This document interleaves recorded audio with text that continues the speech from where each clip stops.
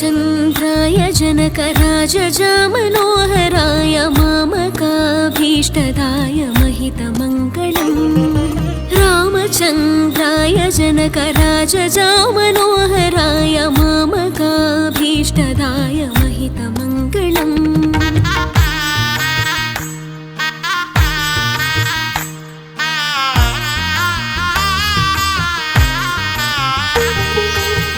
कौसलेशाय मन्दहासदासपोषणाय वासवादिविनुतसत्वराय मङ्गलम्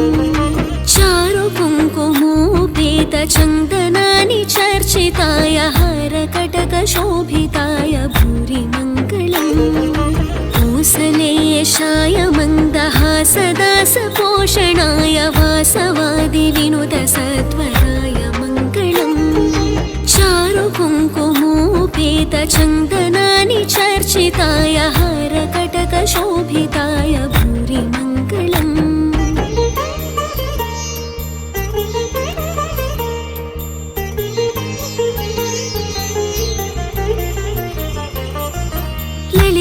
ललितरत्नकुण्डलाय तुलसीवनमालिकाय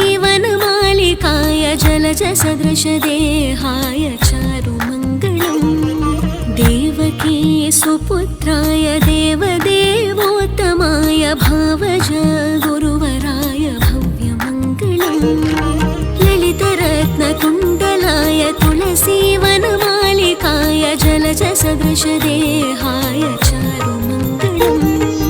देवकी सुपुत्राय देवदेवोत्तमाय भावज गुरुवराय भव्यमङ्गलम्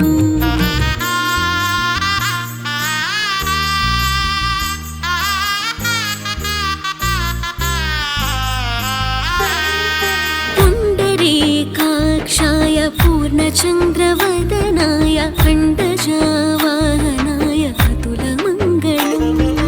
विमलरूपाय विविधवेदान्तवेद्याय सुमुखचित्तकामिताय शुभदमङ्गलम्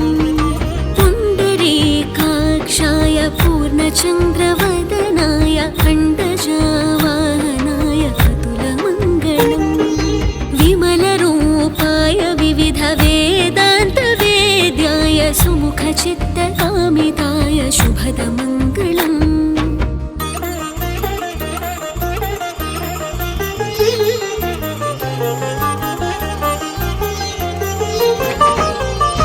रामदास मृदुलहृदय तामरसनिवासाय स्वामी